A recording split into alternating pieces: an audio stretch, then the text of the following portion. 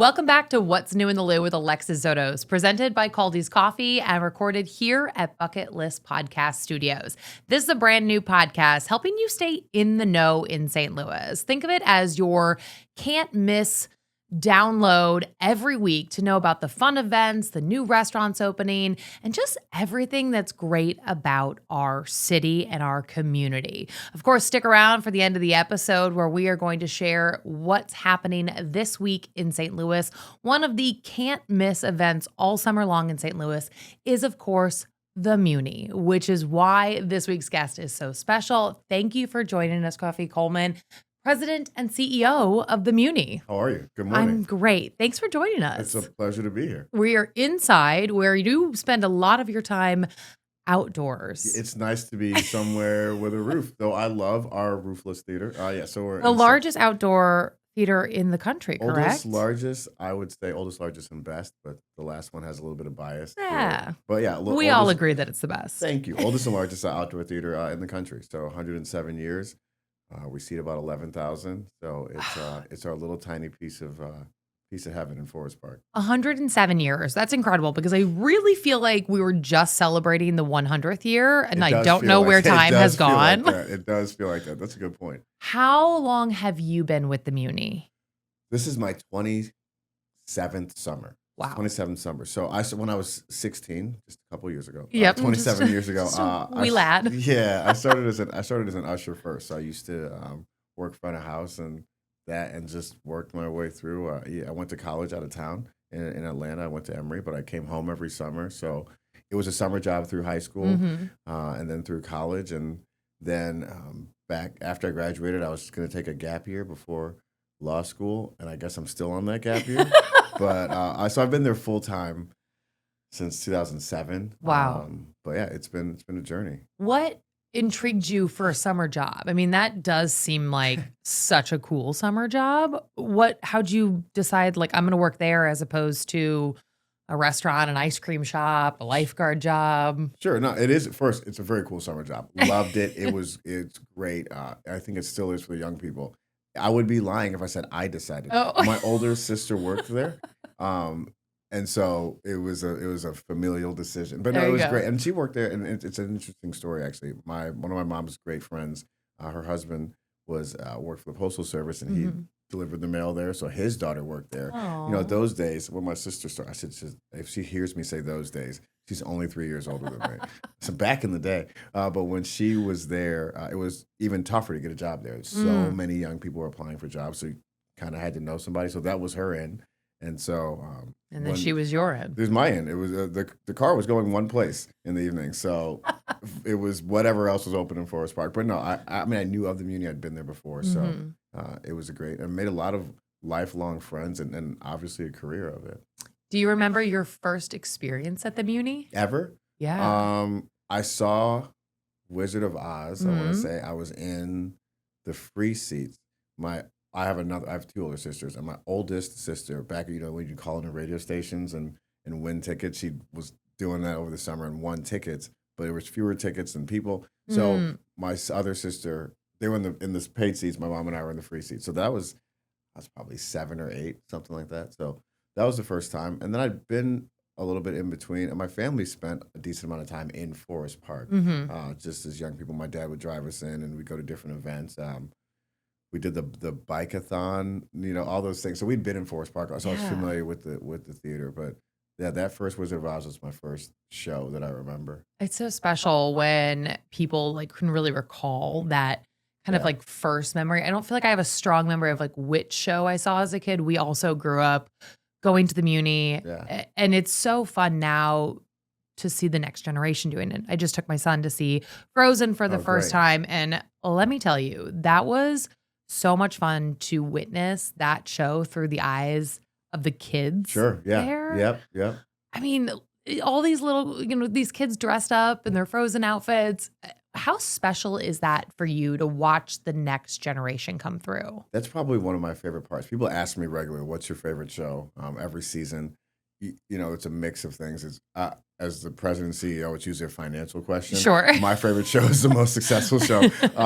But my favorite part of it probably is what you just described. It's When you see Frozen, for example, there are a lot of magical things that happen. Mm-hmm. Some of them our adult eyes can figure out what's going on, but for young people, the whole experience is so magical. When you watch, I stand on that kind of front corner. When you Mm-hmm. watch a family walk in for the first time, and a kid rounds that corner, and they see the uh, the scale or the magnitude of the place, wow is the most often heard word from our little friends as they come in. They just stop and they look at it, and there's some memory that they'll always remember. I remember seeing it coming in from the free seats. I kind of remember seeing Wizard of Oz. What I remember most is that it was like the largest place I'd been. That was Mm-hmm. one place, and I remember watching the fan spin and those kind of things. So you're absolutely right. I think there are core memories that start for young people. And the thing you described too, I've talked to a lot of parents that have brought their children for the first time. I talked to somebody yesterday. We were in a meeting, and she was telling me she sat with her daughter for the first time and cried through the entire first act of Frozen. Not because of the sadness of the story, Right. but Just the because memory. she'd been there with her parents and grandparents who were sitting in those same seats. So to be able to be a place like that for people, um, a place of joy, a source of memory, a source of connection for their family. It's a gift that's what we get to do every day. You guys really craft the season there's a little something for everybody. That's the hope. Yeah. There's the classics, there's the new stuff, there's something usually that's kid friendly. This week, the launch of Dear Evan Hansen, an incredible show. Saw it at the Fox a few years ago and absolutely love it. This is the first time you guys have produced it Yep. at the Muny. Yep. What excites you about a show like that?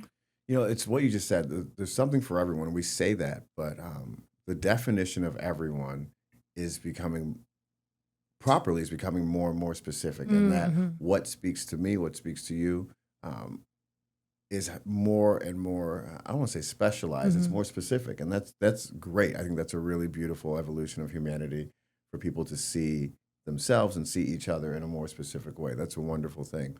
What that means on our side is that when we are saying something for everyone used to be, you do a classic, do a kids show, do something that's somewhere in between, and you kind of you check the boxes. Now, Dear Evan Hansen speaks to that story is about it speaks to like a young but not juvenile crowd, Mm-hmm. right? They're not. It's high school and above. It's the young people that just went to. It's their story, Mm-hmm. and I think it's to them. It's really important to see that reflection of their reality on stage. I think we can, those of us that are entering fine wine level of age or whatnot is we can believe we're connected to their reality, but it's Mm-hmm. different than it was when we were in high school or even in college. So I think that it's important that the show accurately represents some of the things that they really struggle with, some of their real challenges. And I think it's helpful. It's eye opening for us adults. I'm not a parent, but I know I have friends that have high school age kids or approaching that, and Mm-hmm. it's a true education into some of what the things that they're struggling with because they exist in a world that's completely different than ours. So um, it's a powerful, powerful show. I would assume not a dry eye in the house for parts of it, but it is really representative of an important segment of our community, and so I'm excited to see it open tonight and just see what the crowds are like Now and how they receive it. there's some tech aspect to this, which We love tech, yes. right. You guys in recent years have really, I don't know, moved into the next generation, if you will, with Sure. the screens you've added to the stage.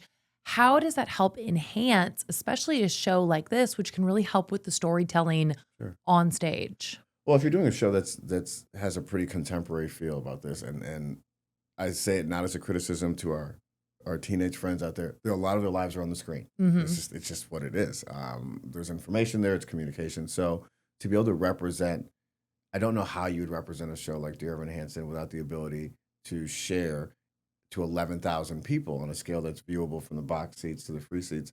Well, without that technology, I think you're right. It's moving into the next evolution, next century, whatever you want to call it, of technology. But it helps us tell the story accurately.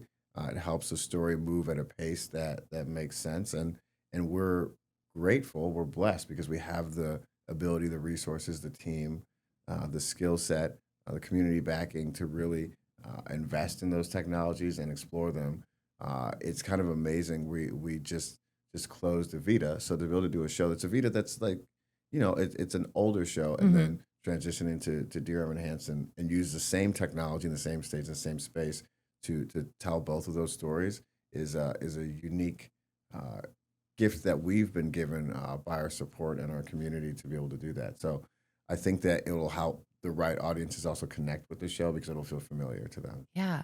Okay. So I do, as we talk about sort of moving forward, let's take it back. Can you give us a little history of the Muny? Oh gosh. How, how did it start? Like, why do we have this 107 huge years ago. stage in the middle of Forest Park? I mean, I think not. I think what I know is that it started as a place that's a gathering place. Right after the pageant of Mask was held on what is now Art Hill, and it was at 1919. And at that point, Margaret Anglin and the then mayor were looking for a place to kind of continue that concept of performing outdoors.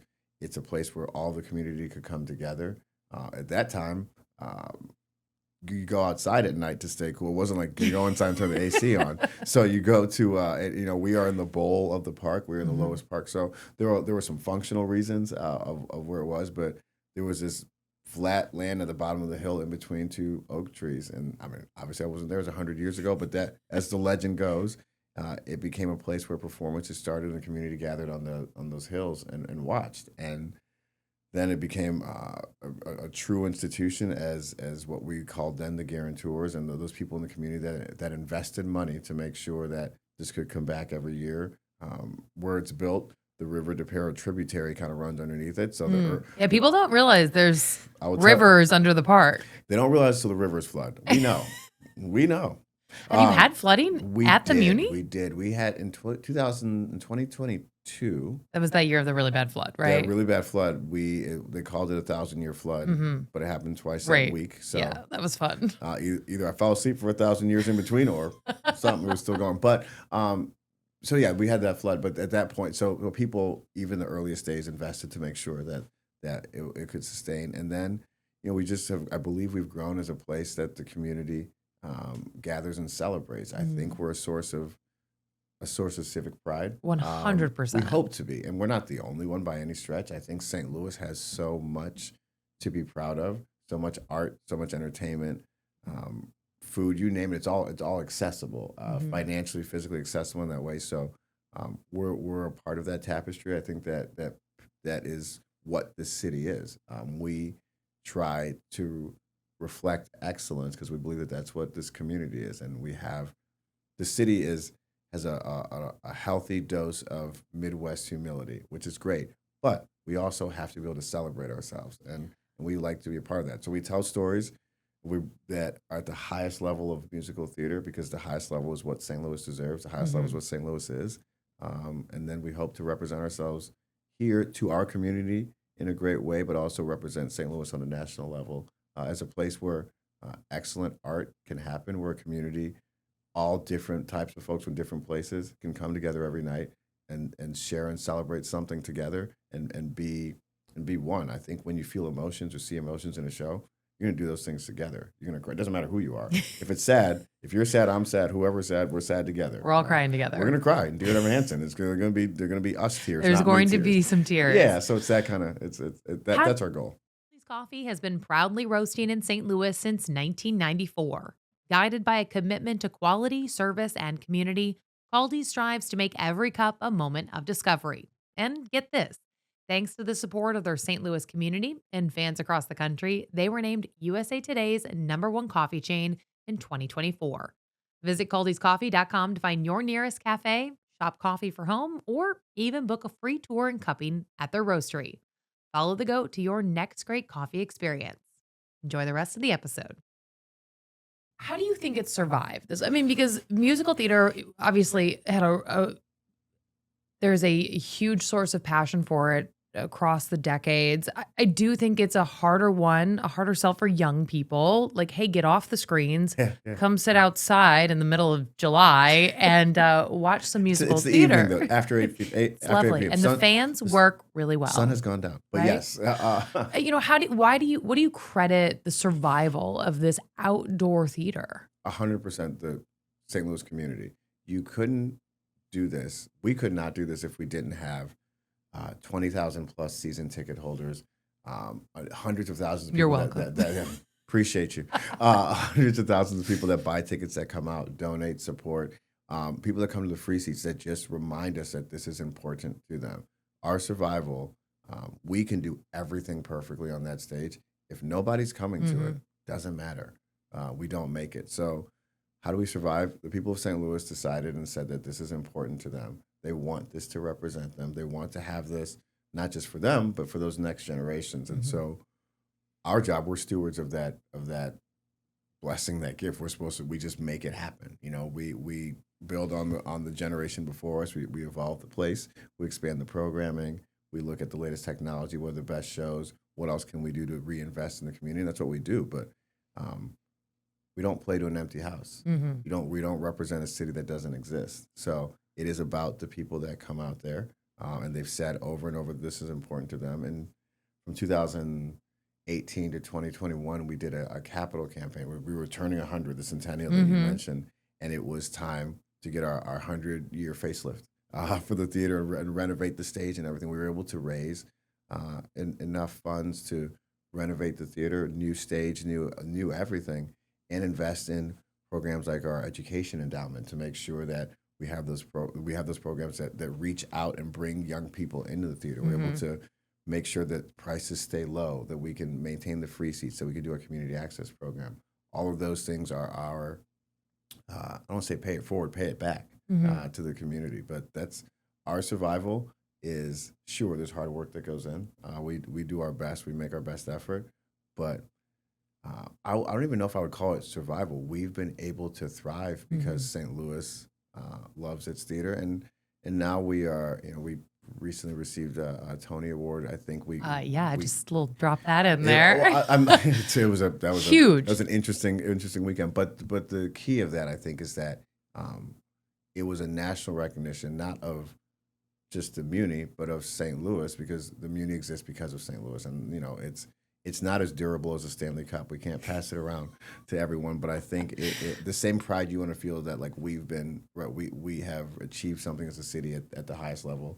We hope that everybody feels that. Yeah. So let's talk about that. When did you find out that was happening, that was coming? What's the story there with the Tony? It was just a couple weeks before. So we went to the Tonys, gosh, it feels like a lifetime ago, but I think it was like a month and a half. Maybe it was first week in June. So we were notified right in the middle of May, right in the middle of May. So it's a pretty tight turnaround. The Tony Award for Regional Theater, which is the what we won for the best regional theater, is different than the fact, like, we didn't go and sit there and know whether we knew our name was going to be called. You knew you were going to be called. So that allowed for some calm and like proper preparation of delivering a speech, which are both really, really helpful. But so we knew about mid-May, and then but it was a complete surprise to me. Was it a call, an email? Like, how do you get the news? There was a call to our artistic director, Mike Isaacson, and I was in a meeting and he called me like back to back, and the back to back call means what's on fire. But I was in the building, so I couldn't have been in the building. But I stepped out and called him back, and he said, "We got it." And I was like, "I don't know what you're talking about." But he said we'd gotten the award. So was it Broadway League, American Theater Wing, American Theater Critics Association? I think I got them all. They meet together and consider different institutions or different theaters in a closed room. And from what we were told and from what we read in the quotes, it was a unanimous, nearly if not unanimous decision. A lot of love and support for the Muny and the work that we're trying to do. We're fortunate. People come here from all over the world to want to perform at this theater. The brightest stars on Broadway are here with us for a week at a time here and there. So it's been an awesome experience just to get that feedback, and people celebrate you. Even just being up there, the number of people that stopped us and said, "I love the Muny. Either I've been there or I want to be there." was pretty cool. Terrifying 2 minutes to walk out on stage and give a speech. I was Yeah. like, this is why I'm not a performer. But I mean, that and the inability to sing. But Well, yeah, that also, helps. yeah, Well, and it's incredible. I mean, I want to say it helps put the Muny on the map, but the Muny already is on the map. When I read the program each week and look at the cast and you look at the credits and where these folks are performing, and I actually met Elsa's mom after the well, we were standing in line, and she's like, "Oh, my daughter is Elsa," and we're like, "What? Like you're just like standing behind us in line to You're in go line through with us and the security? regular people? Don't What you are get you like a doing? special entrance?" Anyway, but she was telling us that she played Elphaba on Broadway and Yeah. Wicked, and she was incredible. And you look at just the caliber of performers that you have on that stage. What is that like? I mean, do you reach? I mean, are they auditioning? Do they know it? Are you guys like, oh, we want that person, or are they coming to you? I want to be in this show. How does that process work? D, all of the above. What is it like? It's humbling. The main thing I'd say is that it's humbling to say that. So Hannah is the young lady that played Elsa, and she's been Alphaba. She's been a lot of things, and you need to hear about 2 notes before you're like, oh, she's Incredible. She's the real deal. But you wanted to be here, and so it's humbling that we are either a rite of passage, a bucket list, a goal, a mark on their resume for people of that caliber to be on our stage. Patty Murin, who played Anna, was the original Anna. She literally is Anna. Cool. And so she was so fun in that role. She's fun. She's great. And the Patty playing Princess Anna is an interesting to all the things we've been talking about. She has 2 young kids, and she shared that her husband's from St. Louis, Collins from here. Her kids had never seen her as Anna, but they're familiar with the character. So to be able to come back in a kind of a full circle moment she has shared was meaningful. And even in that way, that concept of us being generational, being a family, it happens on both sides of the footlights. But to your other question, as we plan the season, there are people. We have a magnificent artistic team. Our artistic director, Mike Isaacson, our associate artistic director, Michael Baxter, that whole team, they're constantly plugged into who's doing what on Broadway, off Broadway, adjacent to Broadway, in the regionals. So as we're looking at the season, they have people in mind, but there are also stars that come out of nowhere.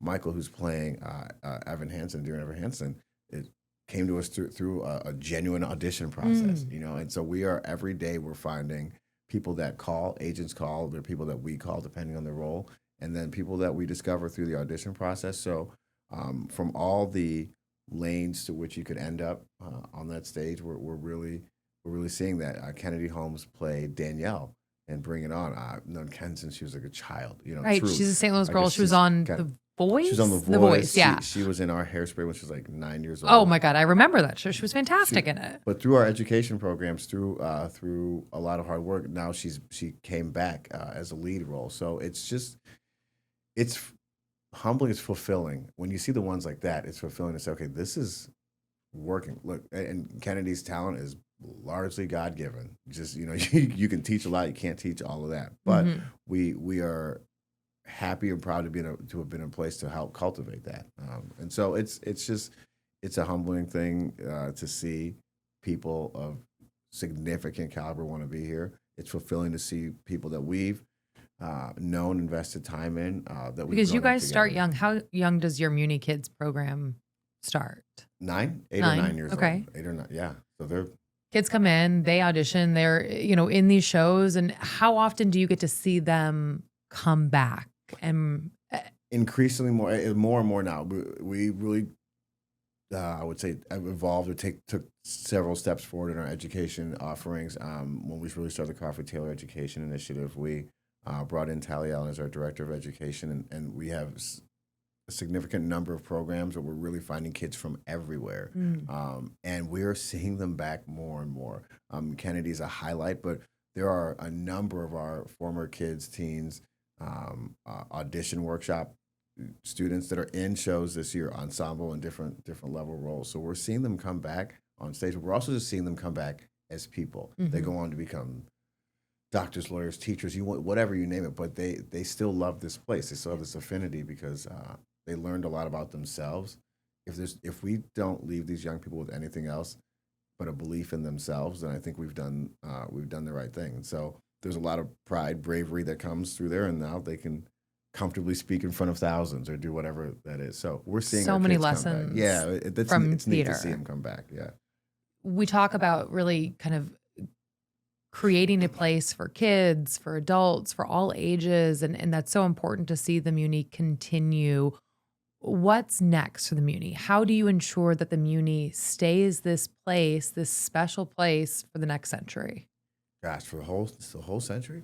Got to keep it going the whole Gotta keep it century. going. What's next? I mean, a lot of what's next is that you continue. What is, I think, really been successful for us, especially in recent years, is that we continue to evolve so that we don't reach a point where we have to change. I think sometimes if you stand still for too long, then the change feels heavy. So every year, And people don't love change people always. don't love change, but people don't love change, but they don't notice evolution, and so that's great, and that's helpful for us. So every year we're making sure that, like you said, you're introducing the best technology. We keep adding new shows.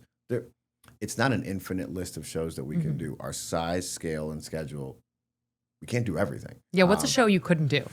Oh gosh, Wicked. I mean, Wicked's not even available. So, Right. So shows like that, or really small shows that people might like small in the size or scale, are hard to. Because you have such a big stage. It's massive. It's like 95 feet. It's like a small city up there. Constantly evolving it and adding to that list of shows that people, helping our audience discover new shows, reminding them of the classics that they like. That's an important part. But adding to that list, expanding our programming. We've added concerts at the concert at the end of the year. We're never not going to be a musical theater first, but we believe that we're a gathering place for a community. And we build the sense of together there. So if there's another way to bring people together to see a great concert, we hope that those people come back the following summer. They're like, oh, I love this place. I'm going to see a musical here. Yeah, So you that's had your part of it. first concert last summer. Yeah. John Legend had been the first concert in 30 some. It's the first concert since before I started working there, and I'm 27 years in. So 30 Right. years, something like that. And you're doing that again this summer. Yes. When is it? It's August 28th, we Okay. have John Baptiste and Diana Ross. So a pretty powerhouse. couple of small, little known artists. Right. Just little folks on the stage. But I mean, it's great. It almost feels like a celebration at the end of the year. Huge, So yeah. all those things, when we say what's next, we're going to keep making sure that we're hearing what the community wants to see, what they love. We're going to make sure that we still keep representing excellent theater on stage. And I think, like we said, we've grown education. We just keep looking at what does the St. Louis need the Muny to be today? Like, how does it want to receive its musical theater? How does it want to arrive? How does it want to gather? What makes that night memorable, or dare I say unforgettable? And that's what we keep doing. We want to keep that season ticket basis strong. So we want to keep taking them on like a storytelling journey every summer. That's the goal. Gotta know, do you have a favorite show that's been performed there? Ever, or just one that is like really special to you? There are a few. Well, we did The Color Purple a couple of years ago. I thought that was beautiful. I mean, I think a lot of the shows are beautiful. I loved. We did Les Mis. Was that last year? Last year. Les Mis last year was so good. magnificent. Ken Page. Ken Page, yeah. R.I.P. I will forever forget. Never forget. Forever remember. Remember that production. Love Dreamgirls. Love 42nd Street. That's on the list. We did Aida in 2005. Loved that show. There are a few of them, and I mean, I also love all the family shows because what we were saying before, like kids just the work is hard sometimes. But you see a kid experience some real joy, like, all right, maybe this was worth it. Yeah. So in that sense, I love those two. And you get to see that because you're standing there at the front of the show. Did you know that you were is that something that's always been done by the president and CEO is stand there in the crowd before the show starts? Yeah. So my predecessor, Denny Reagan, worked at the Muny for 53 years or something. He was president for 30 plus. And I was out there as an usher. Well, he was out there every night. I think, first, I've been doing that since I was 16. I don't know what to do at night in the summer. Right. I have no summer plans. But I think it's important for people that are there to know that at whatever level of the institution, we're there for to make sure they have the best opportunity, for their feedback, for their reactions, to support them. I want the people on stage that are working there, that are working those same crazy hours. I'm not going to ask anybody to do something I'm not going to do. So yeah, so Denny did it every night. I believe his predecessor did. I think it's just part of the job. But like I said, I don't mind it. It's the payoff. You know, you see you see the all the work come to fruition on stage that night, and it's And the faces light up. yeah. And oddly, to be around 10,000 people, it's like the calmest, quietest part of the day. So yeah, no, that's those are my summer nights. Thank you so much for joining us and for talking us through the history of the Muny here in St. Louis. Thank you. It has been a pleasure. Thanks for your support. We'll see you this summer soon. The Muny is just one of the incredible events happening in St. Louis. And so we like to end each episode with a calendar of things that you can do all across the St. Louis region, just so that you can stay in the know and not see the fun things pop up on your Instagram feed come Monday morning. So here's a look at what's happening around town this week. Of course, Dear Evan Hansen. It opens today and runs through August 3rd at the Muny. You can see a classic on the big screen. Breakfast at Tiffany's will play at Maryland Plaza on July 30th in the Central West End. Sunflowers at Sunset at Eckert's. Their sunflower farm is open. You can check that out specifically at Sunset on July 31st. Downtown Summer Nights. It's a free concert in Keener Plaza on Saturday, August 2nd. And join Four Hands for a citywide ride as they gear up for Pedal the Cause. That is happening on August 2nd. Thanks for listening. Don't forget to subscribe so you can get alerted when the newest episodes drop. And if you've got an event that you want included in the podcast, or if you've got someone that we need to talk to here, reach out to us on social media. You can find us on Instagram and on YouTube at What's New in the Lou Podcast.